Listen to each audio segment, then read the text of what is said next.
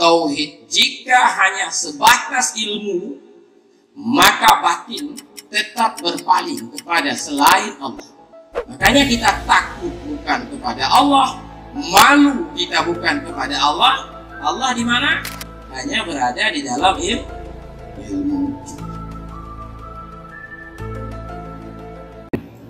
Bismillahirrahmanirrahim. Assalamualaikum warahmatullahi wabarakatuh. Alhamdulillahi rabbil alamin. Allahumma salli wa sallim ala sayyidina Muhammad wa ala alihi wa sahbihi ajma'in. Amma ba'du. Allah haqqa tuqatih wa la tamutunna illa wa antum muslimun. Yang sama-sama kita muliakan dan kita banggakan Bapak Kapolresta Banda Aceh, para pejabat utama dan seluruh jajarannya, Bapak Wakil Wali Kota Banda Aceh yang telah hadir bersama kita daripada Ratib Seribe, Bapak Ketua DPRK Kota Banda Aceh yang insya Allah selalu ada dalam zikir baik di Aceh bahkan juga di luar Aceh. Insya Allah beliau nanti bulan 4 akan mengadakan acara yang sama di gedung DPRK Kota Banda Aceh. Mudah-mudahan cita-cita beliau disampaikan oleh Allah. Yang saya muliakan juga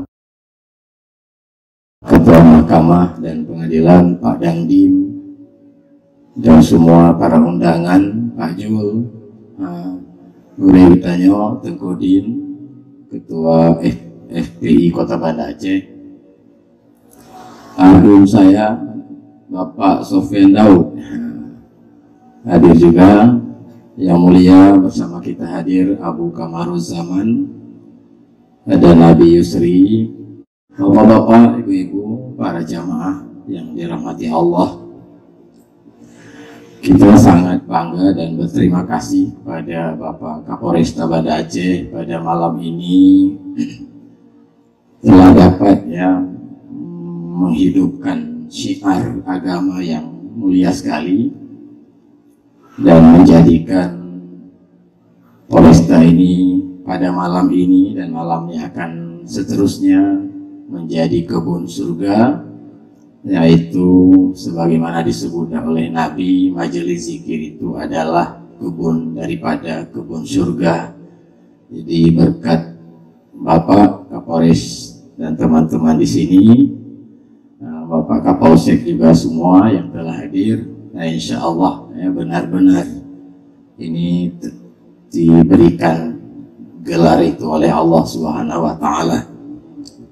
Bapak Ibu yang saya muliakan, penting acara ini kita adakan secara istiqamah, secara rutin, dan insya Allah kita selalu mengadakan, karena di antara faedahnya adalah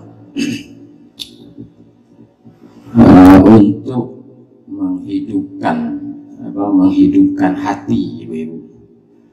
Jadi kita walaupun sehat-sehat, walaupun masih hidup, tapi kebanyakan kita hatinya sudah mati, tapi badannya masih hidup. Hatinya sudah meninggal dunia, sudah mati. Kebanyakan kita yang tidak mati hati itu tinggal sedikit. Nah, insya Allah yang hadir malam ini masuk dalam kelompok yang sedikit itu.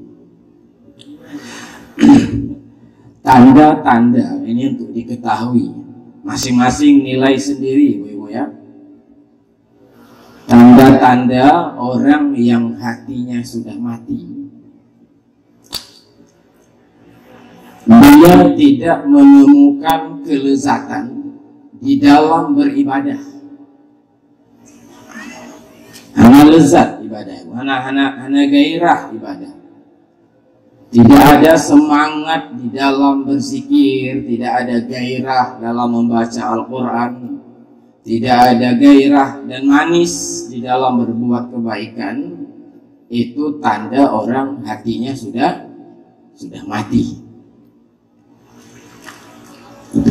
Juga tanda juga dia tidak takut, tidak sedih ketika berbagai kewajiban terabaikan. Berbagai perintah-perintah yang diperintahkan oleh Allah yang mencipta alam semesta ini, perintah-perintahnya terabaikan, dia nggak sedih dan biasa-biasa saja. Kewajiban menuntut ilmu, umpama dia tidak sempat menuntut ilmu, tidak ada rasa takut dan sedih padanya, biasa-biasa saja.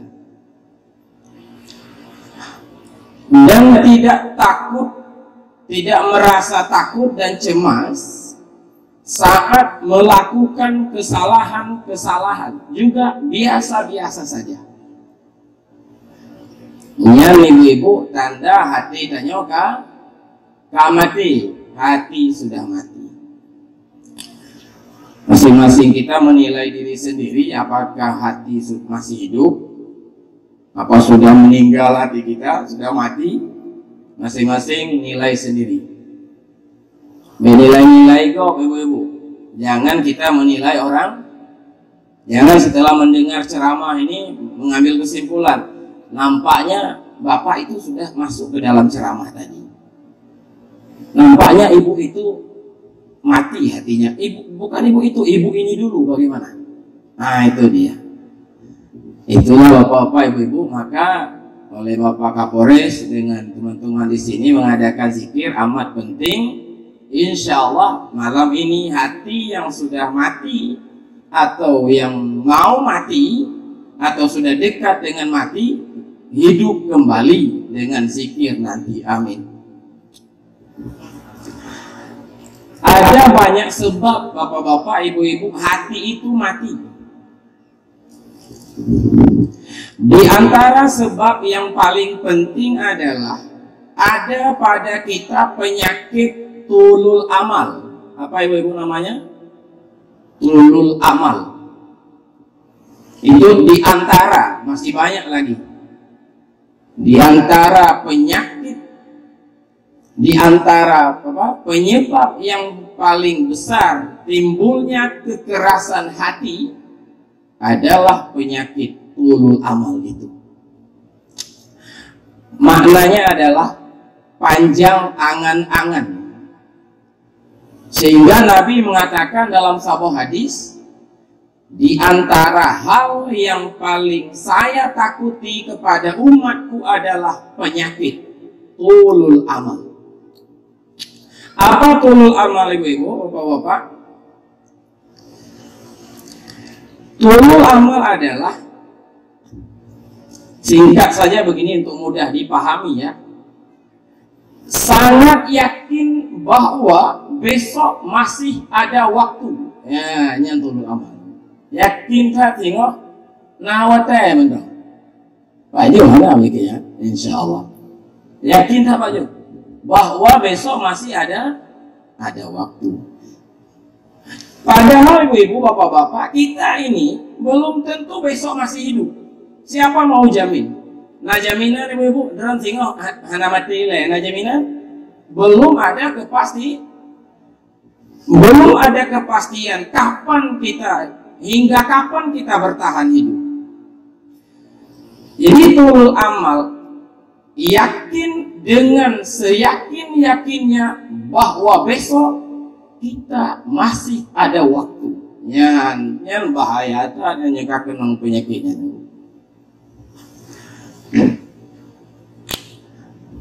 Bahkan bahaya Bapak, karena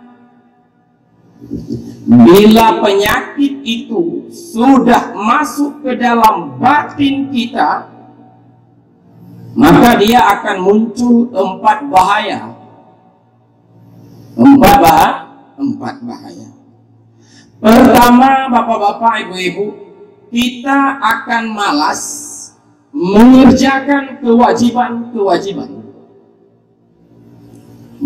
Apa saja? Taubat, zikir, menuntut ilmu, perintah-perintah Allah kita malas mengerjakan, walau kita tahu itu perintah Allah, walau kita tahu itu adalah kewajiban, tetap malas kita kerjakan karena kita punya pegangan bahwa besok masih ada waktu.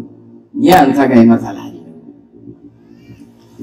Iban bang bandanya, leh pemilu udah dapat pahala, mereka kenal gua.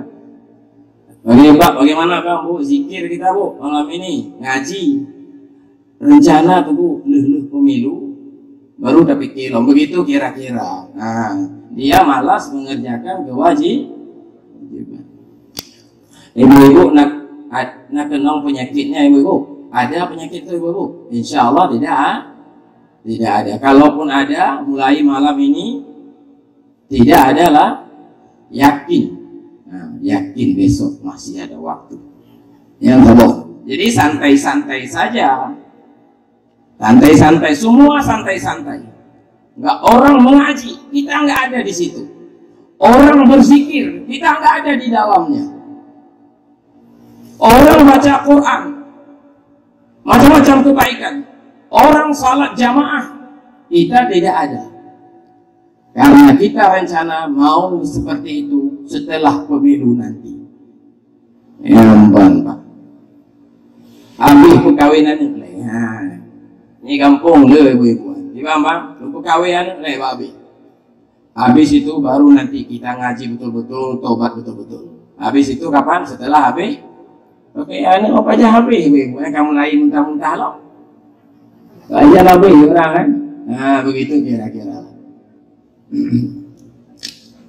Bahaya yang kedua,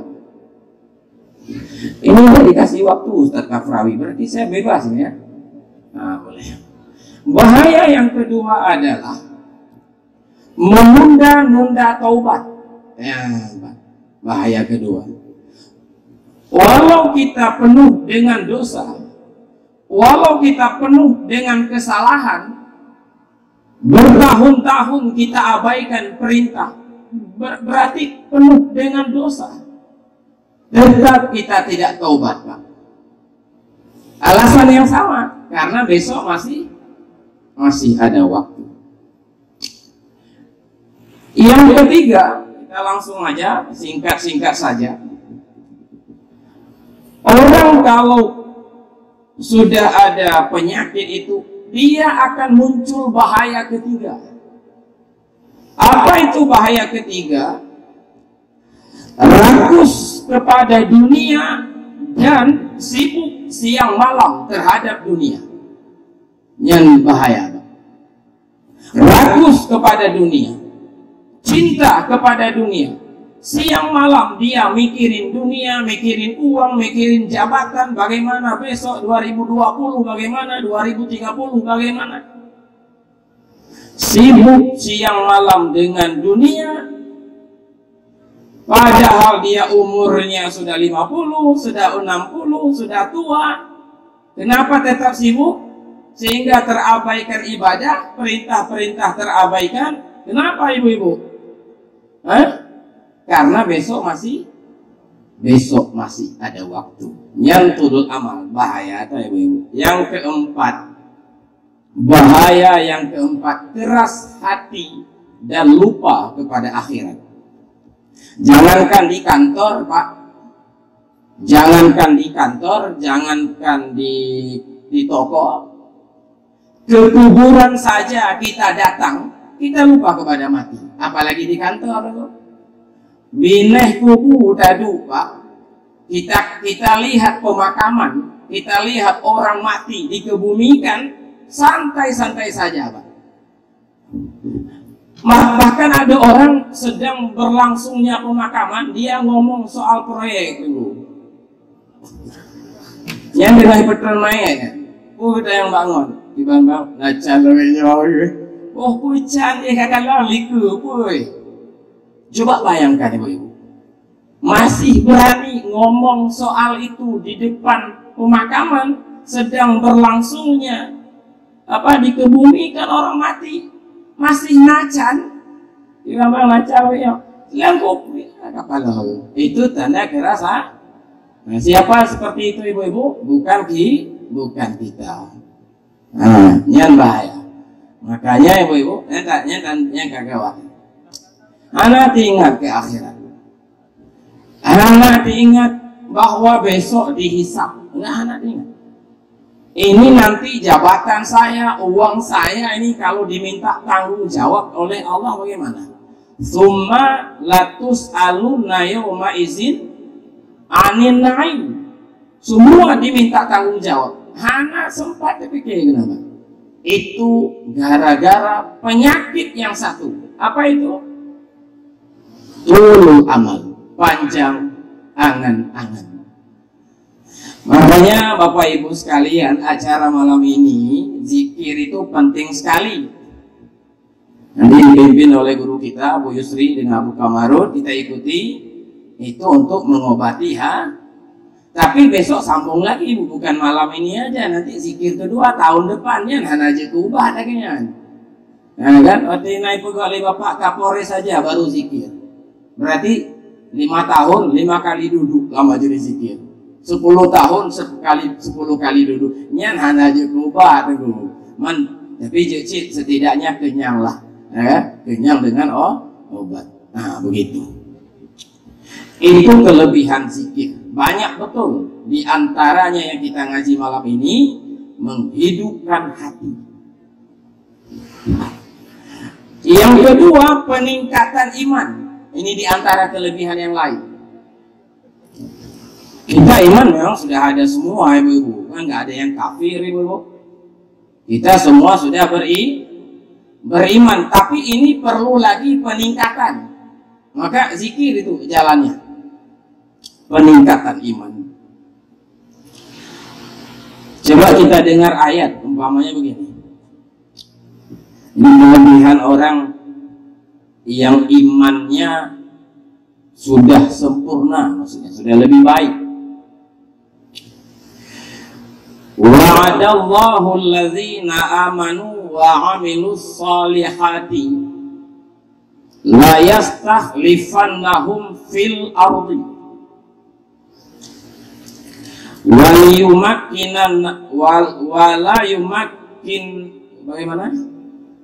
yumakkinna lahum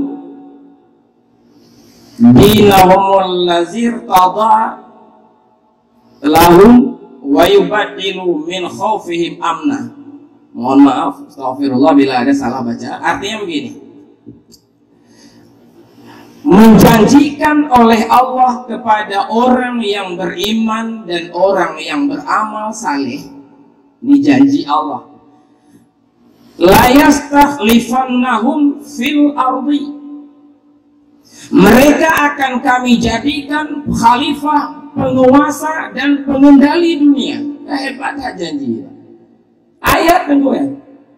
La yastakhlifannahum fil ardi kama stakhlafal ladzina min qablihim, seperti yang pernah diberikan khalifah, dijadikan penguasa bumi oleh Allah kepada umat-umat sebelum mereka.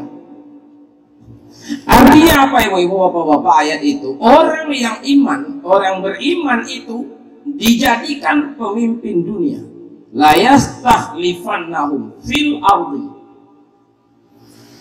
Ini mungkin ada yang bertanya, tapi umat Islam bukan khalifah saat ini, dulu ya dikalahkan, dibom, dibakar hidup-hidup. Mana juga janji ayat katanya orang beriman akan menjadi pengendali dunia. Semuanya dikendali oleh bukan umat Islam. Militer lebih hebat yang orang lain, ekonomi, politik semuanya dikendalikan. Jadi janji ayat itu di mana? Dan sambungannya, akan kami kuatkan agama yang telah Allah ridai bagi mereka. Islam itu akan kuat. Nah hebat Islam lewatnya ibu-ibu? Nggak ada. Dulu ya. Ada lagi. Dan akan kami ganti rasa takut yang ada di dalam hati mereka dengan rasa aman dan damai, seperti diharapkan oleh Bapak Kapolres tadi, akan datang kedamaian. Tapi kenyataannya tidak seperti itu. Jawabannya Bapak-bapak, Ibu-ibu, karena iman kita selama ini iman yang tidak mempengaruhi jiwa kita. Makanya tadi dibaca oleh Bapak Kafrawi itu, tauhid ada 3 tingkatan di situ. Kebanyakan kita saat ini iman itu hanya berada di dalam akal. Maknanya begini, dia percaya kepada Allah Maha Hebat, Allah Maha Agung. Tetapi Allah yang dia percaya itu hanya berada di dalam ilmu dan di dalam akalnya saja. Menusuk, tidak masuk ke dalam batinnya. Sehingga seperti kata kitab Tanwir Qulub, yudabbiruna ma'allah, itu bahayanya. Dia ikut mengatur hidup, padahal dia beriktikad yang mengatur hidup adalah Allah. Artinya begini, hal itu datang dari daya dan upaya yang ia lakukan. Siapa Pak yang memberi kaya? Allah.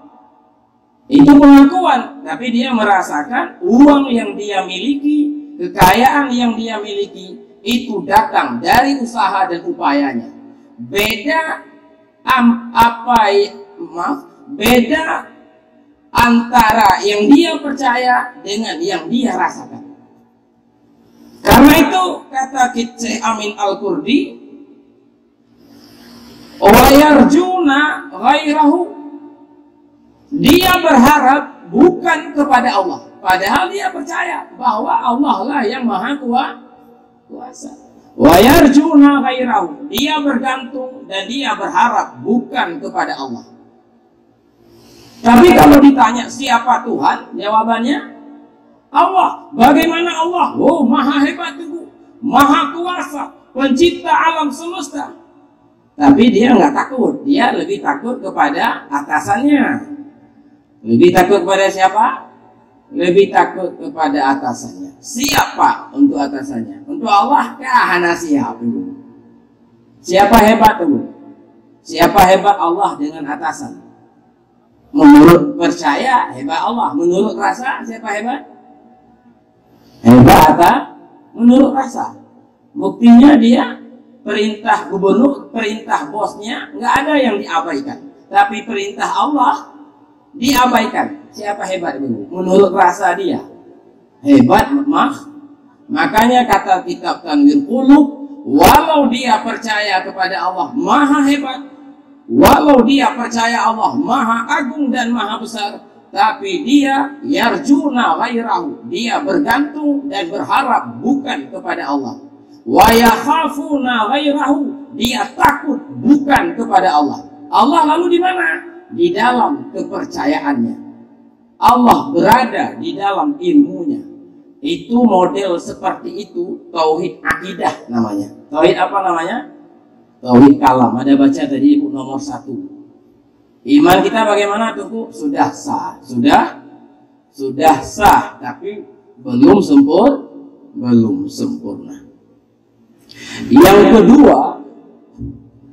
Yang kedua Bapak Ibu, baru sesuai apa yang dia rasa dengan apa yang dia percaya. Dia percaya kepada Allah maha hebat, tapi dia juga takut kepada Allah. Dia meyakini Allah maha agung, maha melihat, maha menyaksikan, hatinya juga malu kepada Allah. Jadi sesuai apa yang dia percaya, dia rasa. Yang tauhid modelnya yang ngeukeun hakikat. Yang model keduanya tauhid tasawuf. Ada juga namanya tauhid khawas. Adanya juga nama kalau dalam kitab Ihya tauhid muqarrabin. Nah, itu yang mantap, Pak. Jadi Allah selalu hadir di dalam batin. Tahu ibu-ibu, Allah hadir dalam batin. Bukan masuk Allah dalam tubuh kita, itu kafir, itu pendapat. Hadir Allah dalam batin begini. Seperti orang kerja di Polresta ini di bawah pimpinan Bapak Kapolres, umpama ini. Atau di bawah pimpinan Bapak Arif Fadilah. Atau di bawah pimpinan Pak Jenal, umpama ini. Kayak ibu, kita ambil contoh di sini aja karena kita sedang di sini. Di polisi itu yang kerja di Polresta, hadir selalu itu Bapak Kapolres di dalam batinnya. Bang, yuk minum kopi yuk. Oh jangan, saya dipanggil oleh Bapak. Dia hadir tuh Bapak. Bang, yuk kita pergi kenduri mulut. Enggak boleh, saya diperintah oleh Bapak Kapolres, bukan ke sana. Yuk bang, kita jalan-jalan. Enggak boleh, saya tanya dulu sama Bapak, boleh jalan-jalan atau tidak. Dia hadir Bapak Kapolresnya ke dalam batin. Enggak paham ibu. Kita yang bukan polisi percaya saja Bapak Kapolres itu ada, tapi nggak masuk ke dalam batin. Kalau menjak-jak ada ya kita wait aja, kenduri mulut, kita jalan terus, nggak ada keterikatan dengan Bapak. Tapi si polisi ini contoh, nggak boleh masuk Bapak Kapolres ke dalam batinnya. Itu contoh. Atau contoh lain, kita kerja pada seorang toki, begitu juga ibu. Yo bang, nggak boleh, saya tanya dulu sama toki saya. Yo bang, oh jangan, nanti toki saya marah. Hadir tokinya dalam batin. Seperti hadir ikan bagi pelaut. Si nelayan ibu-ibu, itu masuk cahaya ikan dalam batinnya. Cahaya ikan. Tahu cahaya, kalau cahaya itu ibu? Hah? Gimana cahaya itu? Cahaya ikan begini maksudnya. Dengan ikan itu saya memberikan pendidikan kepada anak saya. Dengan ikan itu saya beli mobil. Dengan ikan itu saya kawin. Dengan ikan itu saya buat rumah. Cahaya ikan masuk ke dalam batinnya. Sudah paham ibu-ibu? Ini bikin cahaya lagi lampunya, anton kalau nungkut lagi. Itu cahaya. Itu gara-gara cahaya ikan masuk ke dalam batinnya, maka bahaya ombak itu hilang dalam ingatannya. Kata orang beneja laut, Pak, bahaya ada ombak? Nggak ada ombak-ombak. Anginnya kencang di laut, Pak. Nggak ada angin-angin. Yang ada hanya dia tahu ada angin, dia tahu ombak bahaya, tapi itu tidak mempengaruhinya. Karena dia batinnya sudah dikuasai oleh cahaya ikan. Man kita yang bukan nelayan paling-paling percaya saja ikan itu ada. Yang beda Pak, kalau wajah laut.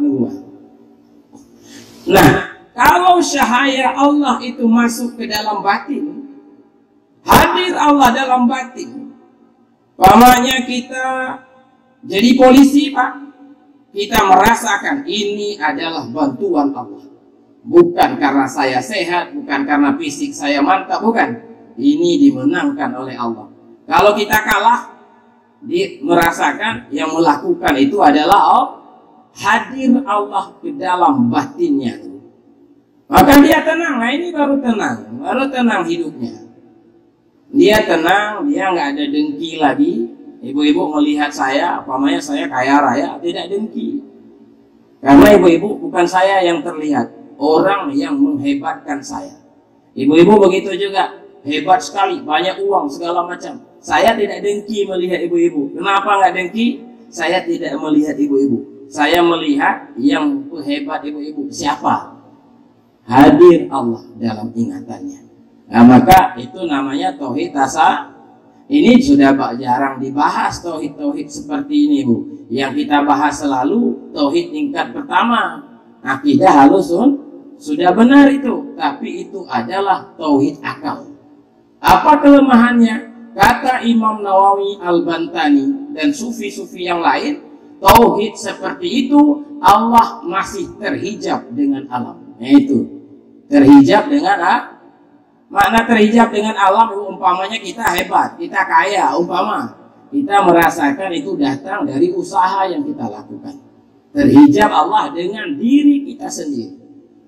Makanya kata Imam Ghazali, tauhid jika hanya sebatas ilmu, maka batin tetap berpaling kepada selain Allah. Makanya kita takut bukan kepada Allah, malu kita bukan kepada Allah. Allah di mana? Hanya berada di dalam ilmu. Ada satu lagi namanya tauhid sufi. Ya, ini tinggi sekali nih. Kalau ada itu jadi wali-wali Allah itu kalau dapat. Nah, ya. Kalau dapat itu, insya Allah dapat. Ya. Kalau kata Syekh Zain pengarang I'anatul Talibin, namanya Said Bakar Syata, ya, kalau saya tidak salah ingat, itu kalau syariat kita benar bisa diperoleh itu. Maknanya akidah kita benar, hukum-hukum syarak benar, amalan-amalan kita bagus, itu bisa datang seperti itu. Jadi yang ketiga, Ibu, ini tauhid tingkat tinggi sekali ini. Namanya tauhid irfani atau juga disebut tauhid sufi. Kalau kita umpamakan kepada orang ke laut tadi, hilang selain ikan dalam ingatannya. Nggak ada ingatan dia kepada istrinya, kepada anaknya, siapa yang antar sekolah. Nggak ingat dia kepada dirinya sendiri, dia lupa. Dia di tengah-tengah laut itu. Yang ada dalam ingatannya hanya satu. Apa itu? Ikan. Itu sufi namanya. Tapi sufi ikan. Hanya satu dalam ingatan. Seperti ini juga ada contoh, Ibu. Itu di daerah Gunung Sabe, di mana? Yang cari-cari emas itu di mana itu? Nah, itu Bu, masuk ke dalam lubang itu. Lubang kecil. Kodok saja nggak berani, Pak. Kodok nggak berani masuk sejauh itu. Dia masuk terus, dia gali terus, cari apa? Emas. Padahal kemarin temannya sudah tertimbun mati di dalam. Lupa dia kepada itu. Karena dia sudah dikuasai oleh cahaya emas. Sekilo sekian. Karena dia lagi kenyawang nunggu. Itu sufi namanya. Sufi apa? Sufi emas. Selain emas, lupa dalam ingatannya. Lagi caleg gue Pak Aris. Lagi caleg, Ibu, ini caleg. Pak Arif ini contohnya. Saya ya juga tapi belum mulai. Nah, lo gue umpamanya begini, Bu. Masuk cahaya DPRK ke dalam batin. DPRK apa contoh? DPRA. Nah, masuk cahaya itu. Tahu cahaya DPRA, Bu? Kalau saya jadi kecil hanya satu desa, saya bisa melakukan kebaikan.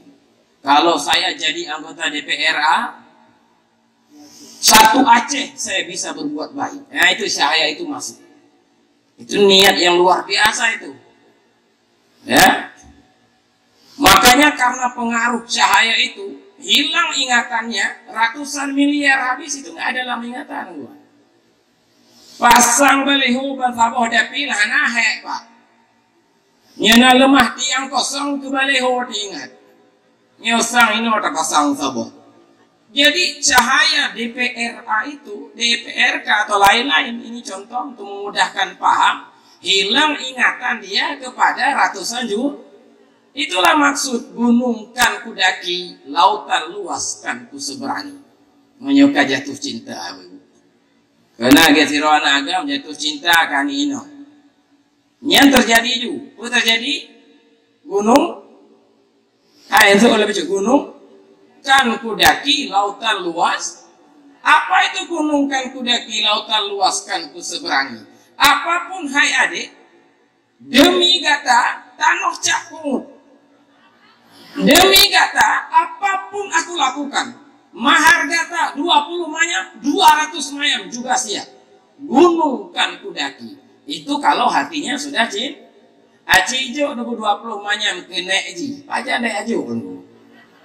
Ai ja nek ji nabi kilo 20 manyam malu. Pane tajo nek ka cair ka hai tajo. Ya begitu. Itu hati kalau sudah cinta. Coba bayangkan. Ya, Bu. Makanya masuk cahaya DPRK, pokoknya DPRA, terjadilah itu. Wahai DPRA, gunungkan kudaki, apa maknanya? Berapapun aku korbankan, karena masuk cahaya tadi. Cahaya apa? Saya akan berbuat baik untuk umat Islam yang ada di Aceh ini. Ya, Mbak Nur. Nyalangnya apa hari? Mau kapan?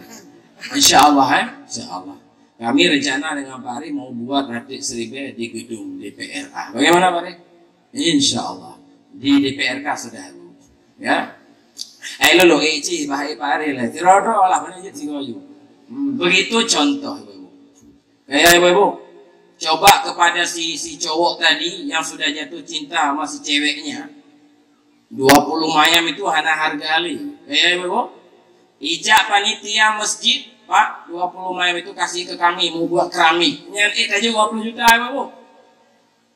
20 ribu aja. Nyan peng bikalemik-lemik aja. Gambar pahlawan uleji kauyu itu. Nyan ke masjid. Kenapa? Kepada dia murah 20 mayam, kepada masjid mahal sekali karena cahaya masjid tidak masuk ke dalam batin. Nah, begitulah. Mudah-mudahan dengan zikir yang diadakan oleh Pak Kapolresta malam ini, datanglah cahaya Allah ke dalam batin. Apa cahaya? Saya jadi polisi dijadikan oleh Allah. Saya hebat karena dihebatkan oleh Allah. Saya tidak menangkan oleh Allah. Allah saja. Itu berarti akan terjadi, ya Allah untukmu gunungkan kudaki ya Allah. Lautan luas, baru aman Aceh, baru aman. Pemilu nanti keaman. Menang, siapa yang memenangkan ibu-ibu? Allah. Kalau tidak ada yang menang, siapa yang mengalahkan mereka? Allah. Jadi nggak perlu ribut-ribut, karena kalau mau ribut aja dengan Allah. Karena yang melakukan itu adalah Allah. Itu target daripada zikir ini dilakukan oleh Bapak Kapolresta. Mudah-mudahan Bapak dengan teman-temannya di sini ya selalu berada di dalam rahmat Allah. Beliau, kalau kita rutin berzikir dengan kalimah la ilaha illallah, ya, ada guru yang membimbing kita, nah insya Allah akan kita peroleh ini sedikit-sedikit sampai kepada puncaknya. Yang paling puncak yang model lupa ingatan kepada selain emas, lupa ingatan kepada selain gedung dewan, lupa ingatan kepada selain ikan, lupa ingatan kepada selain Allah. Kata kitab Sairus Salikin, itu adalah puncak daripada tauhid. Mudah-mudahan kita itu kalau polisi punya tauhid jangan nomor 3 aja, nomor 2 aja, ya hebat agak Pak Kapolsek ya. Ya ampun. Jadi hebat. Nggak hanya atasan, dikerja juga dia. Nggak, walaupun tidak ada perintah, karena dia merasakan yang perintah itu adalah Allah. Nah, nggak ada atasan. Ya kamu panena ibu di pesantrennya, hanya pimpinan, debok. Watina pimpinan lu pas saleh-saleh itu. Ya, jadi kamu jamu nanti ibu badaya. Belajar rajin sekali, hafal kitab ini, hafal kitab itu. Karena ada guru yang melihat. Begitu mereka pergi, kamu ada Indomie kira ibu. Nah urusan. Jadi itu nggak ikhlas. Saya dulu. Baiklah Bapak Ibu sekalian, mudah-mudahan ya ceramah singkat yang saya sampaikan ini bermanfaat. Kita doakan ya, mudah-mudahan kota Banda Aceh ini terus disirami oleh Allah dengan rahmat dan kasih sayangnya. Diberi keamanan, kenyamanan dan kedamaian bagi warga kota Banda Aceh khususnya dan warga Indonesia ini pada umumnya. Kita berterima kasih sekali kepada Bapak Kapolresta Banda Aceh, seluruh pejabat utamanya dan teman-teman di sini yang telah menjadikan Mapolres pada malam ini jadi kebun daripada kebun-kebun surga. Mudah-mudahan ini diikuti ya oleh oleh yang lain, oleh bapak-bapak Kapolsek yang ada di seluruh kecamatan, membiasakan zikir dan pengajian-pengajian. Insya Allah seperti dijanjikan tadi oleh ayat, bahwa jika orang benar-benar beriman, Allah akan mengganti rasa takut, rasa cemas dengan apa diganti oleh Allah? Dengan tentram dan kedamaian di dalam hati mereka. Baik, mohon maaf atas segala kekurangan. Terima kasih atas segala perhatiannya. Sekarang kita mengikuti zikir yang dipimpin oleh guru kita yang mulia Abius Abu Kamaruz Zaman yang telah hadir bersama kita. Demikian, hadan Allah wa yakum ajmain. Assalamualaikum warahmatullahi wabarakatuh.